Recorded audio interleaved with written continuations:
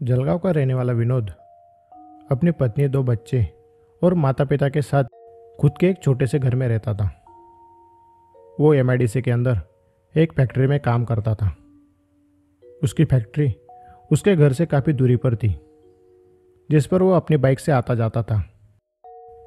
अब जलगांव के अंदर काफ़ी ट्रैफिक बढ़ गया था और अक्सर उस एमआईडीसी के रोड पर एक्सीडेंट होते रहते थे। इसलिए बाइक से जाना काफ़ी जोखिम भरा काम था। हालांकि विनोद के पास इसके अलावा और कोई रास्ता नहीं था। पब्लिक ट्रांसपोर्ट का टाइमिंग उसके काम के शेड्यूल से मैच नहीं कर रहा था, इसलिए विनोद अपने बाइक से ही आना जाना करता था। अब उसने इस तरह तो काफ़ी साल निकाल लिए और फिर एक दिन उसने कार खरीदने के बारे में सोचा, क्योंकि कार उसकी ज़रूरत तो बन गई थी और साथ ही उसकी फैमिली के सपनों को भी उसे पूरा करना था, जो कि हर मिडिल क्लास फैमिली का सपना होता है। हालांकि उसकी पगार काफ़ी कम होने की वजह से नई कार उसके बजट के बाहर थी, इसलिए वो एक पुरानी कार के बारे में सोचने लगा। पुरानी कार के लिए वो मार्केट, शोरूम या तक के ऑनलाइन भी देखने लगा। गाड़ियों की कीमतें निकलवाने लगा। उसने कई सारे गैरेज के अंदर पुरानी कार देख रखी थी और उन्हीं में से एक गैरेज के अंदर उसे एक कार मिली। देखने भर से ही वो गाड़ी काफ़ी अच्छी कंडीशन में थी। 2016 का वो मॉडल था और अब तक उस गाड़ी के 2 ओनर रह चुके थे। पहला जो ओनर था वो पेशे से एक डॉक्टर था। उसने 3 साल तक उस गाड़ी को यूज किया। और दूसरा ओनर एक रिटायर व्यक्ति था, जिसने हफ्ते में सिर्फ एक आध बार बाहर घूमने के लिए उस गाड़ी को लिया था। यानी दोनों ने ही उस गाड़ी को ज़्यादा यूज़ नहीं किया था, इसलिए उस गाड़ी की कंडीशन काफ़ी अच्छी थी। हालांकि उसे गाड़ियों के बारे में ज़्यादा जानकारी नहीं थी, इसलिए वो अपने एक मैकेनिक दोस्त को गाड़ी दिखाने ले गया। जब उसके दोस्त ने गाड़ी को अच्छे से देखा तो उसने बताया कि गाड़ी काफ़ी अच्छी कंडीशन में है और कंडीशन अच्छी होने के बावजूद उसे वो कार काफ़ी कम कीमत में मिल रही है। अब विनोद इतनी अच्छी गाड़ी को हाथ से जाने नहीं देना चाहता था, इसलिए उसने झट से पैसे देकर गाड़ी खरीद ली और एक दिन घर ले आया। गाड़ी को देख घर के सारे लोग काफ़ी खुश हुए। उसके पूरे परिवार का गाड़ी लेने का वो एक सपना था, वो पूरा हो चुका था। अब विनोद को गाड़ी घर लाए 2 महीने हो चुके थे। उन 2 महीनों में वो अपने परिवार के साथ काफ़ी जगहों पर घूमने गया, काफ़ी दूरी तक गया और इस पूरे टूर में उसकी गाड़ी काफ़ी अच्छे से चली। विनोद को ये पुरानी गाड़ी लेने का अपना फैसला सही लगा। लेकिन जैसे जैसे समय बीतने लगा, उसके घर में काफ़ी अजीब अजीब घटनाएं घटने लगीं। सबसे पहले तो विनोद काफ़ी बीमार रहने लगा। वो हर 2 सप्ताह के बाद बीमार पड़ जाता था और उसके साथ ही घर के सदस्यों के साथ भी काफ़ी अजीब अजीब हादसे होने लगे।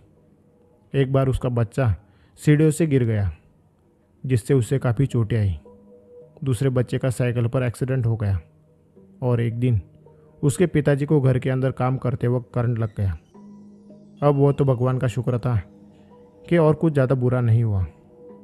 हालांकि अचानक से हो रही ऐसी अनहोनी घटनाओं के पीछे का कोई ठोस कारण उसे समझ नहीं आ रहा था, जिस वजह से उसने इन बातों पर ज़्यादा गौर नहीं किया और ऐसे ही समय बीतने लगा।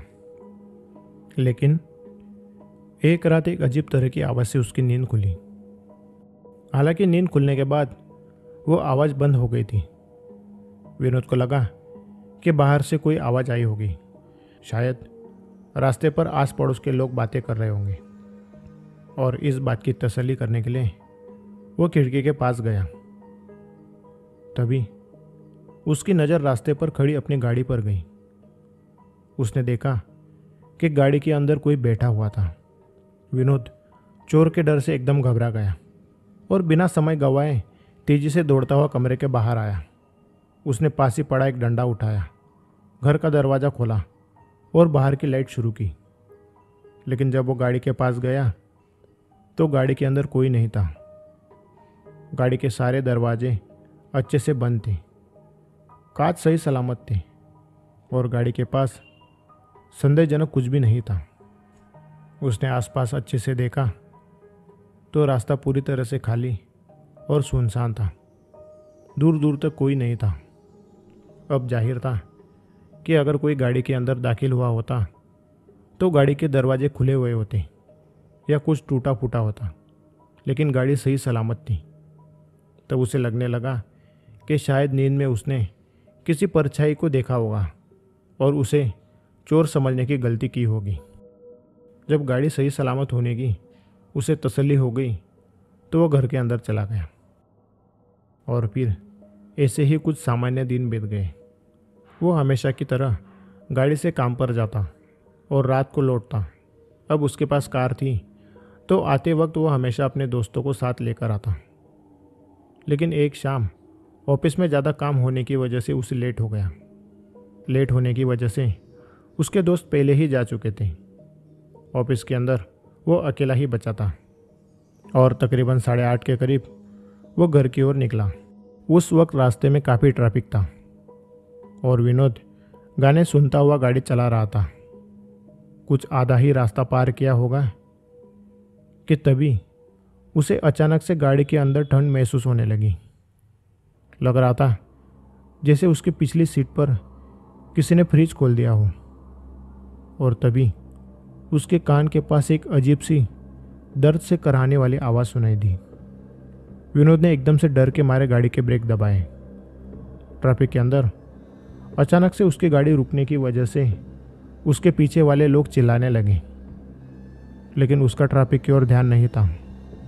उसने अपने गाड़ी की पिछली सीट की ओर मुड़कर देखा, लेकिन पीछे कोई नहीं था। विनोद का चेहरा पूरी तरह से पसीने से तरबदर हो गया था। उसके साथ अचानक से क्या हुआ उसे समझ नहीं आया और फिर गाड़ी शुरू कर वो घर आ गया। उस घटना के बाद विनोद के साथ कई बार अजीब अजीब घटनाएं घटी। उसे गाड़ी चलाते वक्त अक्सर ऐसा महसूस होता जैसे कोई उसकी गाड़ी की पिछली सीट पर बैठा हुआ है, कोई उसे पुकार रहा है या कोई उसे गाड़ी के अंदर घूर रहा है। हालांकि पहले पहले तो उसे लगा कि शायद वो पहली बार गाड़ी चला रहा है इसलिए ऐसा हो रहा है, या ये उसके मन का कोई वहम है। लेकिन एक रात को कुछ ज़्यादा ही अजीब हुआ। वो फरवरी महीने की रात थी। फैक्ट्री में ऑडिटर आए हुए थे। इंटरनल ऑडिट का काम चल रहा था और काम खत्म होते होते देर रात हो गई थी। अब विनोद और उसका दोस्त अकाउंट डिपार्टमेंट में काम करते थे, तो उन्हें भी ऑडिटर के साथ देर रात तक रुकना पड़ा। और जब रात के तकरीबन 12:30 बजे काम खत्म हुआ तो वो अपने दोस्त को लेकर घर की ओर निकल पड़ा। अब फरवरी का महीना था तो ठंड के आखिरी बचे कुछ दिन थे। दिन भर जितनी ज़्यादा गर्मी पड़ती उससे ज़्यादा ठंड रात को महसूस होती। हालांकि दोनों कार में होने की वजह से उन्हें ठंड ज़्यादा महसूस नहीं हो रही थी। रेडियो पर चलते हल्के फुल्के गाने और दोनों की बातचीत में वो रास्ता काटने लगे और कुछ ही देर में उसने अपने दोस्त को घर छोड़ दिया। उसके बाद विनोद अकेला ही घर की ओर निकल पड़ा। रेडियो पर गानों की आवाज़ तेज करता हुआ वो खाली और सुनसान सड़क पर तेजी से गुजरने लगा। दोपहर से वो ऑडिटर के साथ काम के लिए बैठा हुआ था। दिन भर कंप्यूटर की स्क्रीन देख देख कर उसकी आंखें दर्द करने लगी थी, गर्दन अकड़ गई थी और पीठ भी अब बैठने से मना कर रही थी। उस वक्त वो काफ़ी थक चुका था और जल्द से जल्द बिस्तर पर लेटना चाहता था। नींद उसकी आंखों के सामने मंडरा रही थी। हालांकि अब उसका घर ज़्यादा दूर नहीं था, इसलिए वो तेज़ी से कार चला रहा था। लेकिन कुछ ही दूरी पर जाने के बाद उसे फिर से वही अजीब सी आवाज़ आने लगी, किसी के दर्द में कराहने की आवाज़। पहले तो उसे लगा कि शायद रेडियो से वो आवाज़ आ रही है, इसलिए उसने रेडियो का आवाज़ कम किया। लेकिन रेडियो का आवाज़ कम होते ही कराहने की आवाज़ और भी ज़्यादा स्पष्ट रूप से सुनाई देने लगी। वो कराहने की आवाज़ इस बार भी गाड़ी की पिछली सीट से ही आ रही थी। उस आवाज़ को सुन विनोद के शरीर में एक सिहर सी दौड़ी। पीछे मुड़कर देखने की उसकी हिम्मत नहीं हो रही थी और ना ही कार रोकने की, क्योंकि अब वो एक ऐसे सुनसान रास्ते पर था जहाँ ना ही लोग थे और ना ही सड़क पर कोई लाइट। कुछ देर तक वो आवाज़ को सहने लगा, लेकिन उस आवाज़ की वजह से उसका मन विचलित हो रहा था।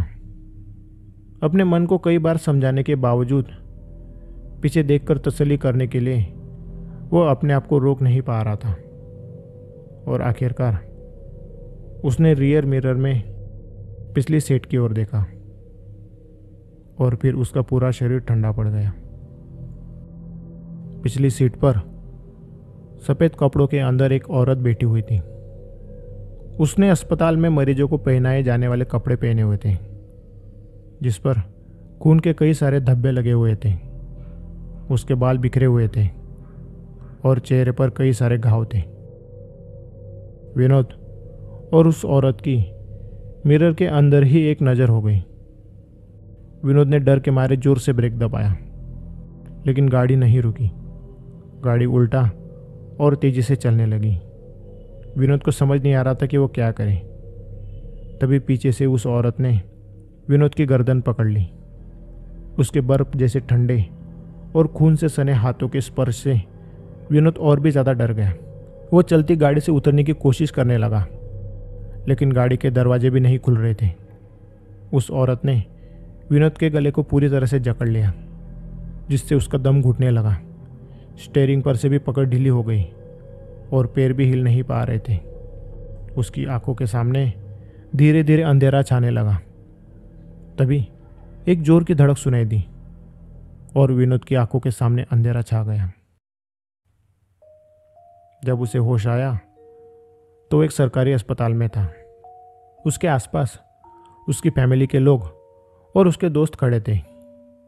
डॉक्टर से बात की तो पता चला कि रात को उसकी गाड़ी हाईवे के एक मंदिर से जा टकराई थी और वहाँ के आस पड़ोस के लोग उसे अस्पताल ले आए।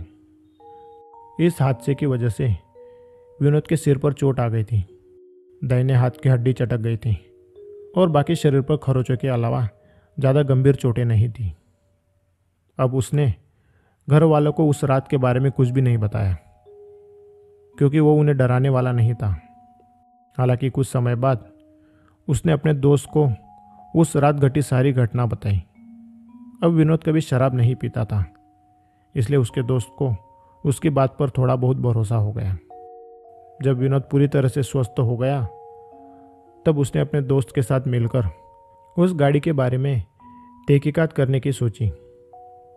जब उन्होंने उस गाड़ी के दूसरे ओनर के बारे में जानकारी निकलवाई तो पता चला कि उस गाड़ी के पुराने मालिक ने भी गाड़ी के अंदर उस औरत को देखा था और तभी उस आदमी को हार्ट अटैक आ गया। वो व्यक्ति आज भी पैरालाइज होकर बिस्तर पर पड़ा है। अब ये सब कहानी सुनने के बाद विनोद को भी मन के एक कोने के अंदर जो एक बात थी कि ये सब वहम हो सकता है, अब वो भी निकल चुकी थी और उसके दोस्त को भी इस बात पर यकीन हो गया कि गाड़ी के साथ कुछ न कुछ गड़बड़ जरूर है। हालांकि उस औरत के बारे में अब भी कोई जानकारी उनके पास नहीं थी, इसलिए उन्हें उस गाड़ी के पहले मालिक यानी उस डॉक्टर को ढूंढना था और इस काम में उन्हें और 2 दिन लग गए। इन 2 दिनों में उन्होंने उस गाड़ी को हाथ भी नहीं लगाया। एक्सीडेंट के बाद से वो गाड़ी वैसी ही पड़ी थी। विनोद अपने पुरानी बाइक पर अपने दोस्त के साथ उस डॉक्टर के घर पहुंचा, लेकिन डॉक्टर का घर शायद सालों से बंद पड़ा था। दरवाजे के ऊपर एक बड़ा सा ताला था, जिसके ऊपर धूल और जाले लगे हुए थे। जब आस पड़ोस से जानकारी निकलवाने के लिए गए तो पड़ोस में रहने वाले एक व्यक्ति ने बताया कि कई सालों पहले डॉक्टर की मौत हो गई थी और तब से वो घर बंद है। जब उस आदमी ने विनोद से पूछा कि इतने सालों बाद उस डॉक्टर को क्यों ढूंढ रहे हो, तो विनोद ने उस गाड़ी के बारे में बताया। तब उस आदमी ने विनोद और उसके दोस्त को घर के अंदर बुलाया और फिर कहा, मेरा नाम रवि है और मैं बचपन से ही यहाँ रहता हूँ। वह घर डॉक्टर संजय का था, जो मेरा बचपन का अच्छा दोस्त था और यह बात काफ़ी साल पुरानी है। संजय उस वक्त जलगांव के सरकारी अस्पताल में काम करता था। उसे वहाँ ज्वाइंट हुए तकरीबन साल भर के ऊपर हो चुका था। उस सरकारी अस्पताल में जलगांव और आस पड़ोस के गांव के कई सारे मरीज आते थे। अस्पताल में हमेशा ही भीड़ रहती थी। अब ये कौन से साल की घटना है मुझे याद नहीं, लेकिन तब उस अस्पताल में एक बेसहारा औरत इलाज के लिए भर्ती हुई थी। उस औरत का इलाज संजय ही कर रहा था, लेकिन संजय की लापरवाही की वजह से उस औरत की तबीयत हद से ज़्यादा खराब हो गई। उसकी जान खतरे में आ गई। अब संजय एक काबिल डॉक्टर था, तो उस औरत की हालत देखते ही वो समझ गया कि अब वो बचने वाली नहीं है, और वो इस बात से डर गया, क्योंकि वह जानता था कि अगर यह बात अस्पताल के सीनियर डॉक्टर तक चली गई और जांच हुई तो उसकी नौकरी, यहाँ तक कि उसकी डॉक्टरी भी चली जाएगी। इसलिए उसने एक रास्ता निकाला। वो जानता था कि वो औरत बेसहारा है। उसका ना ही कोई परिवार था और ना ही कोई रिश्तेदार, और अगर वो उस औरत को मरने से पहले ही अस्पताल से निकाल दे तो उसके ऊपर उसकी कोई जिम्मेदारी नहीं आएगी। इसलिए उसने सबसे पहले उस औरत को अपनी बात में फंसाया। उसने बताया कि उसके अच्छे इलाज के लिए उसे बड़े अस्पताल में शिफ्ट कराने की ज़रूरत है और वो उसे वहाँ ले जाएगा। अब वो औरत अनपढ़ थी, तो उसकी बातों में आ गई। संजय ने रात के समय में उसे अपनी कार में बिठा लिया और उसे दूसरे शहर में ले जाने लगा। उसने सोचा कि वो उस औरत को मरने से पहले किसी भी रेलवे स्टेशन या बस स्टैंड पर छोड़ देगा, लेकिन उस औरत की तबीयत काफ़ी ज़्यादा खराब थी। वो गाड़ी के अंदर ही दर्द से कराने लगी। संजय से मदद की याचना करने लगी, लेकिन संजय ने कुछ नहीं किया, और फिर दर्द से तड़पते तड़पते उसकी मौत हो गई। उसके बाद संजय ने उस औरत के शरीर को एक बस स्टैंड पर छोड़ दिया और अस्पताल आकर सबको बता दिया कि वो औरत रात को किसी को बताए बगैर कहीं चली गई। अब वो औरत बेसहारा थी, तो अस्पताल वालों ने भी उस ओर ज़्यादा ध्यान नहीं दिया। कुछ दिन गुजर गए और संजय को लगा कि उसने उस औरत से छुटकारा पा लिया, लेकिन शायद उसने संजय का पीछा नहीं छोड़ा था। कुछ ही महीनों के अंदर संजय ने एक वीडियो बनाया। उस वीडियो के अंदर उसने उस औरत के साथ क्या किया, कैसे उसकी वजह से उस औरत की मौत हो गई, ये सारी बात बताई। उसने ये भी बताया कि वो औरत उसे हर रोज़ दिखाई देती है, अपनी मौत के लिए उसे जिम्मेदार मानती है। और इस वीडियो के बाद संजय ने अस्पताल की छत से कूदकर आत्महत्या कर ली। डॉक्टर के पड़ोस में रहने वाले रवि की बात सुन विनोद सारी सच्चाई जान गया था, और जाहिर था कि इस सच्चाई को जानने के बाद उसकी गाड़ी को हाथ लगाने की कभी हिम्मत नहीं होगी। उस औरत की आत्मा ने एक डॉक्टर को मार दिया था और गाड़ी के दूसरे मालिक को लगभग मरने की कगार पर छोड़ दिया था। उस रात भी विनोद का नंबर था। हालांकि उसके कुछ पुराने अच्छे कर्मों की वजह से आज वो जिंदा था, और ये बात वो अच्छे से समझ चुका था। इसलिए उसने उस गाड़ी को कभी हाथ नहीं लगाया। कुछ दिनों बाद उसने भी उस गाड़ी को बेच दिया, क्योंकि उसकी आर्थिक स्थिति इतनी अच्छी नहीं थी कि उस गाड़ी को बिना चलाए ही ऐसे ही पड़े रहने दे। उसके बाद वो गाड़ी कई मालिकों को बदलती गई, क्योंकि अब उस गाड़ी का असली मालिक कोई और ही था।